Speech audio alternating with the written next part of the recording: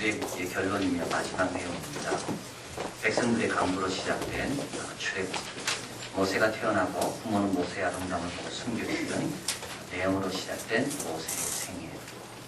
모세는 하나님의 부르심을 받을 때 주저했습니다. 그러나 바로와 대결하면서 모세는 점점 강해지고 유월절례를 정하고 홍해를 건너고 만나를 백성들과 함께 먹으면서 지도자로서 성숙하게 되었습니다.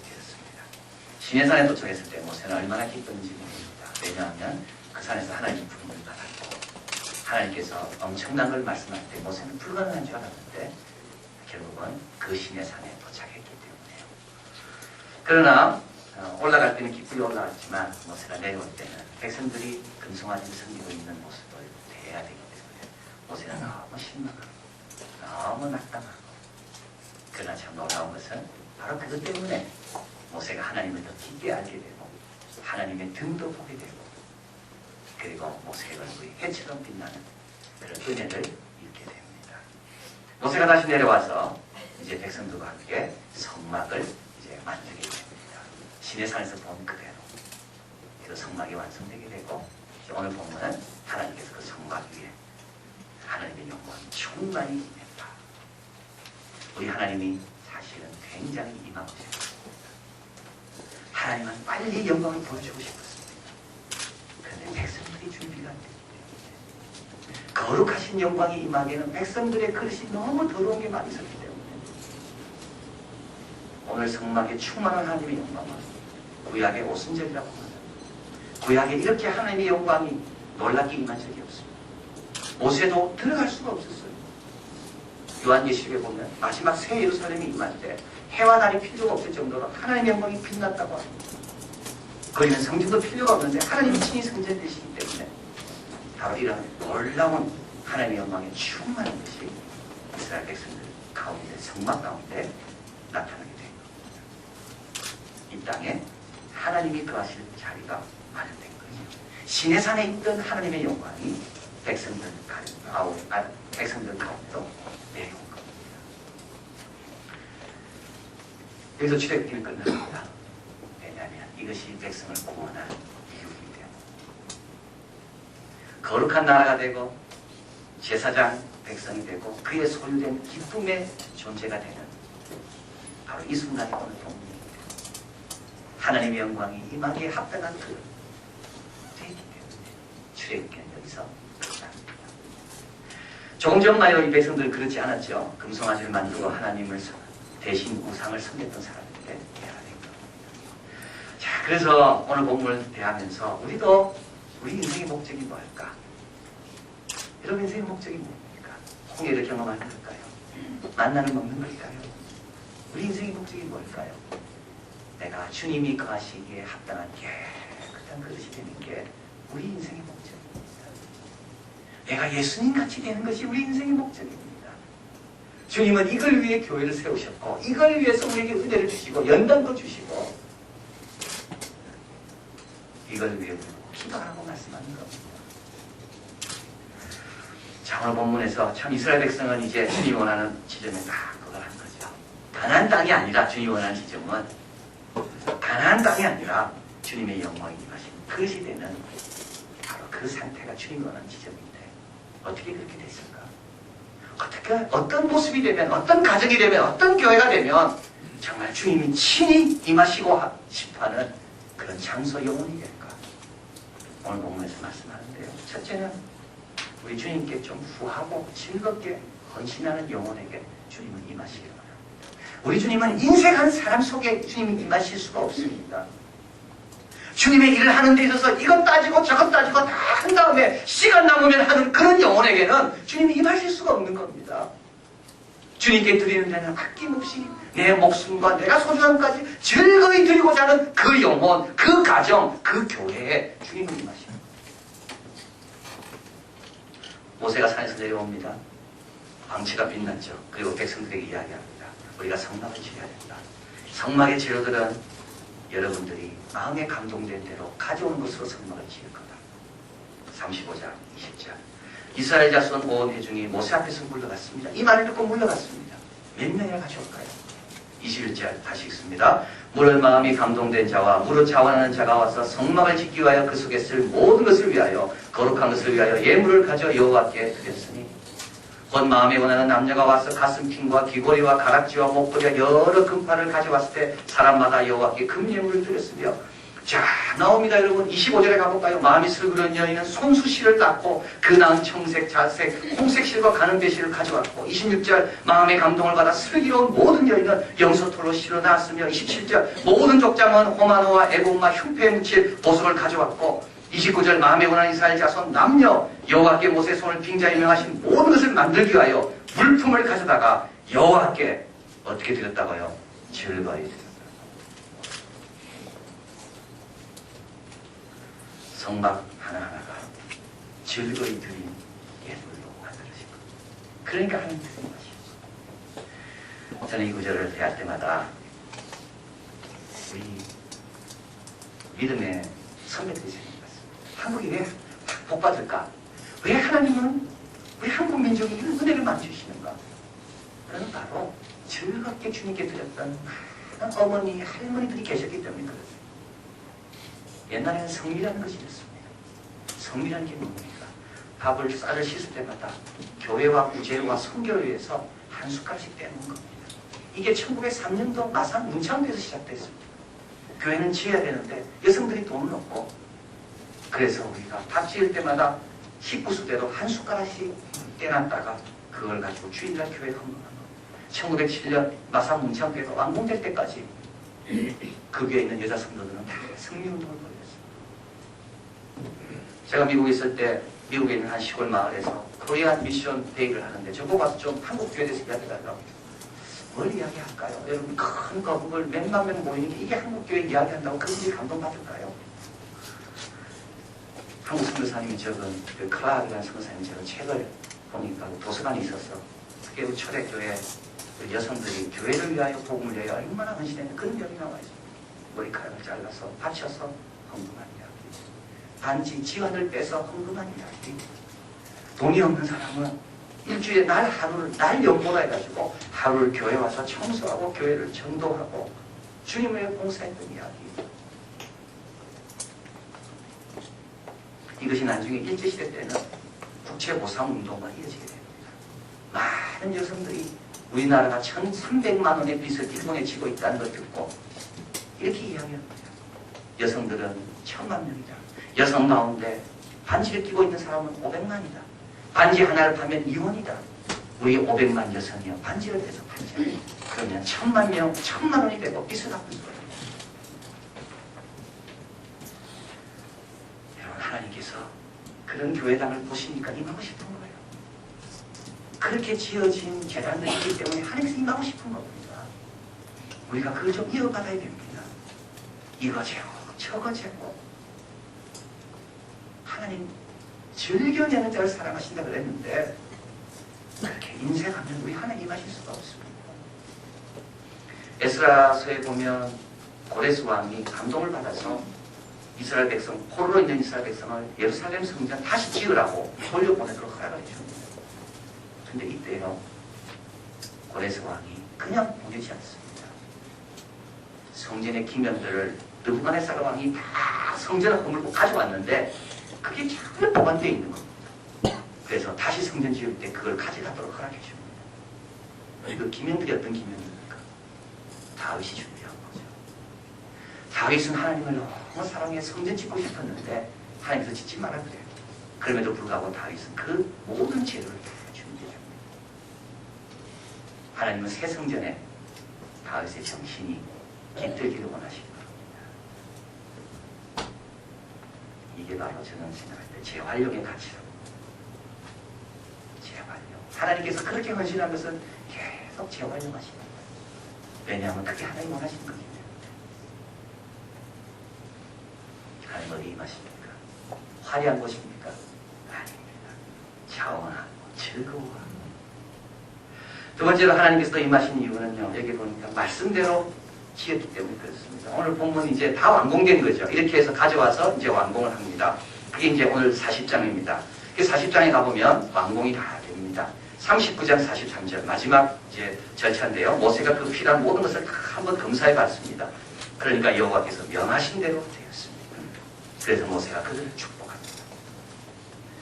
여러분 쭉 가보면요. 16절 40장 16절 모세가 그같이 행하되 곧 여호와께서 자기에게 명하신 대로 다 행하였다.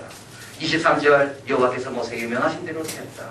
25절 모세에게 명하신 대로 되었다. 27절 모세에게 명하신 대로 되었다. 29절 모세에게 명하신 대로 되었다. 32절 모세에게 명하신 대로 되었다. 그리고 쭉 가다가 34절 그 후에 여호와의 영광이 임하는 것. 하나님 명하신 대로 안 되면 안 마시죠. 와보니까 내 원하는 대로 하나 된 게 없어요. 내가 그렇게 중요하다고 이야기했는데도 와보니까 이 가정에는 내가 중요하다고 생각하는 것을 하나도 중요하게 여기지 않아. 하나님 임하시겠습니까? 하나님 그걸 버리라고 누차 이야기했어요. 하나님께서. 근데도 와보니까 아직도 그 가정에 그게 남아있어. 하나님 임하실까요? 우리도 마찬가지입니다. 자녀의 방에 들어갈 때 내가 원하는 대로 정리 좀 해라. 잘 정리해놓으면 그 방 들어갈 때 기분이 좋아요. 그냥 그렇게 말했는데도 정리하지 않고 있어. 그럼 그 방 들어가고 싶습니까? 직장에 상사합니다. 부하 직원에게 야 이건 이렇게 처리해 이렇게 처리해. 다 이야기했어요. 어디 갔다 왔어. 와보니까 하나도 안 돼 있어. 만나고 싶습니까 여러분?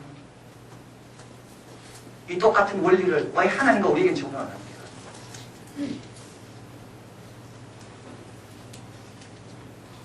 하나님께서 말씀한 뜻이 있습니다. 하나님대로 해야 됩니다. 문은 하나만 만들어 되어 있습니다. 문 여러 개 만들면 편리하겠죠. 그런데 하나님은 문은 성막의 문을 하나만 만들어 되어 있습니다. 왜냐하면 주님께 오는 길은 한 길밖에 없기 때문에 그걸 내가 편하다고 여러 사람 오게 하려고 문을 여러 개 만듭니까? 그러면 그 성막을 통해 주시는 메시지가 그건 완전히 사라지는 겁니다. 문을 통해 들어옵니다. 물두멍이 있습니다. 거기에 물이 담겨있고 제사장을 씻어야 됩니다. 매일매일 씻어야 되는 거예요. 그게 꼭 필요한 겁니다. 그 다음에 이제 하나 들어오면 텐트가 있고 이게 성막이라 그럽니다. 성막에 뜰이 있고 뜰에 들어오는 문이 하나고 그 다음에 그 뜰과 성막 그 성소 사이에 돛제단이 있고 그 다음에 물두멍이 있고 그리고 이제 그 텐트 안으로 들어오면 이제 거기에 성소가 있습니다. 성소에는 뭐가 있습니까? 등대가 있습니다. 등대에는 뭐가 그려져 있는가 하면 살구꽃, 살구나무가 그려져 있습니다. 그냥 하나님 그린 게 아닙니다. 살구는요 제일 처음에 피는 열매랍니다. 그래서 하나님께 예배드릴 때 인생의 봄나온다는 말씀하기 위해서 그 다음에 들어오면 지성소입니다. 지성소는 홀리 제일 거룩한 거. 거기에는 나무가 하나 겹짝이 있어요. 근데 그 나무의 재료는 아카시아 나무. 레바논의 향나무가 제일 좋은 백향목이 좋은 겁니다. 그런데 이상하게 하나님 말씀을 닦는 나무는 아카시아 나무, 휘기 쉬운. 근데 그 아카시아 나무에 금으로 바릅니다. 휘기 쉬운 우리도 하나님 말씀이 있으면 금으로 변하지 않는 겁니다. 마음대로 할 일이 아닙니다, 여러분. 다 하나님 뜻이 있습니다. 천장을 덮을 때도요, 제일 처음에는 제일 안에는 청색, 자색, 홍색 실, 그 다음에는 염소 가죽, 그 다음에는 또 양 가죽, 그 다음 제일 위에는 해달 가죽, 시커먼 거. 그래서 어떻게 보면 밖에서 볼 때는 시커먼 거밖에 안 보여요. 그게 바로 예수님을 가리킨다고. 겉으로 보기에는 허무할 만한 아무 좋은 것이 없지만 그 안에 들어가면 하나님의 신성으로 충만합니다.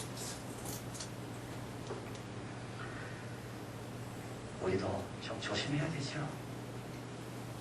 좀 말씀 들을 때마다 하나님이 다시 오실 때 뭐라 말씀하실까? 하나님 우리 가정 방문했을 때 얼마나 답답해 하실까? 내가 말한 거 하나도 안 돼 있네. 내가 이렇게 분부한 거 하나도 안 돼 있네. 안 그러면 야 내가 말한 거 이것도 이렇게 어려운 것도 해놨구나. 이렇게 힘든 것도 네가 다 정리해놨구나. 그래서 하나님께서는 모세에게 일하기 전에 먼저 예배를 드리라고 말합니다. 모세가 내려오자마자 성막을 짓기 전에 안식일에 대해서 먼저 이야기합니다. 안식일을 지켜라. 하나님은 6일이라고 7대 시켰습니다. 그러나 우리는 안식일을 먼저 지키고 그 다음에 일합니다. 창조의 기사를 보면 밤이 있고 그 다음에 낮이 있습니다. 밤이 되고 아침이 되네. 첫째 날이더라. 밤이 있고 아침이 되니 둘째 날이더라. 왜냐하면 둘째 날의 역사를 이루기 위해서는 밤의 준비가 중요합니다. 마지막으로 하나님께서 이렇게 임하시는 것은, 임하시는 장소가 되는 것은 부지런히 주님을 섬기는 것입니다. 이렇게 다 만들었습니다. 만들고 난 다음에 떠나지 않았습니다. 열심히 수고해가지고 다 자원 예물 다 가져가지고 멋지게 만들어 놓고 이스라엘 백성이 다 농사지러 간 게 아니라는 거죠. 향림을 붙여서 향내가 나기 시작합니다. 제단의 제물이 올라가기 시작하고, 그리고 12떡을 지파별로 만들어 놓은 진설병이 4주마다 바뀌게 되고, 이것은 살아있는 예배 장소로 변합니다. 그러니까 하나님께서 그 예배를 받기 위해서 임하시는 거죠. 다 만들어 놓고 아무것도 하지 않는다면 하나님께서 임하지 않겠다. 오늘은 종교개혁 주일인데요. 우리 마틴 루터가 종교개혁을 1491년부터 했습니다. 종교개혁을 비텐베르그 성 앞에다가 그 문짝에다가 우리가 다 그 교회에서 특강에 들으셨는데요. 95개 조항, 로마 캐톨릭이 지금 뭘 지금 잘못하고 있습니까? 이거 문제가 있다. 그래서 95개 조항을 붙였는데 그게 루터도 생각지도 못한 그런 대변혁의 동기가 이제 되었습니다. 근데 하나님께서 루터를 사용하신 이유가 있습니다. 루터가 그냥 95개 조항을 붙였다고 루터를 통해서 이런 운동이 일어난 게 아닙니다. 루터는요, 굉장히 부지런한 사람입니다. 하루에 4시간 기도했습니다.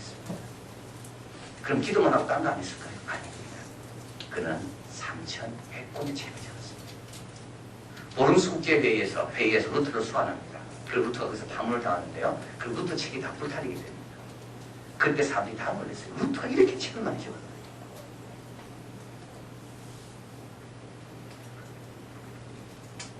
자기 이발사 페터 베스켄토르프가 루터에게 머리 감다가 기도를 좀 하고 싶은데 어떻게 기도하면 좋은가?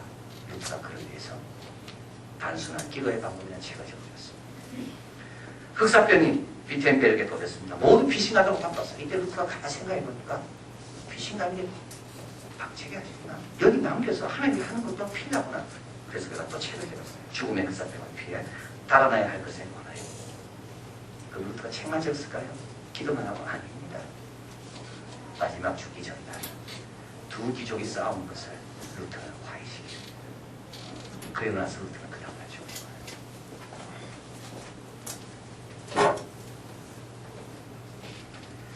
엠스카 팩이 게으름에 대해서 이렇게 정의했습니다. 사랑의 없음의 본질은 게으름입니다. 여러분 왜 게으릅니까? 사랑이 싫었기 때문에.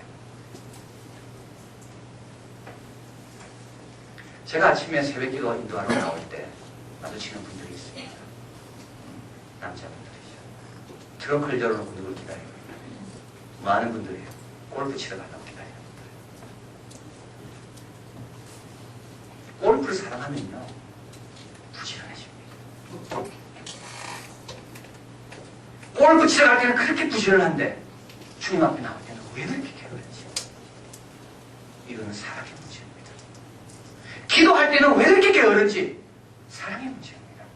과거 직장을 사랑할 때는 얼마나 직장을 위해 일했습니까? 과거 아내를 사랑하고 자식을 사랑할 때는 얼마나 연애할 때는 서로를 위해서 부지런했습니까? 사랑이 싫으니까 게을러지는 겁니다. 하나님께서 왜 성막에 임합니까? 열심히 주님을 섬기고 있습니까? 제단에 불이 꺼지지 않고 계속 타고 있습니까?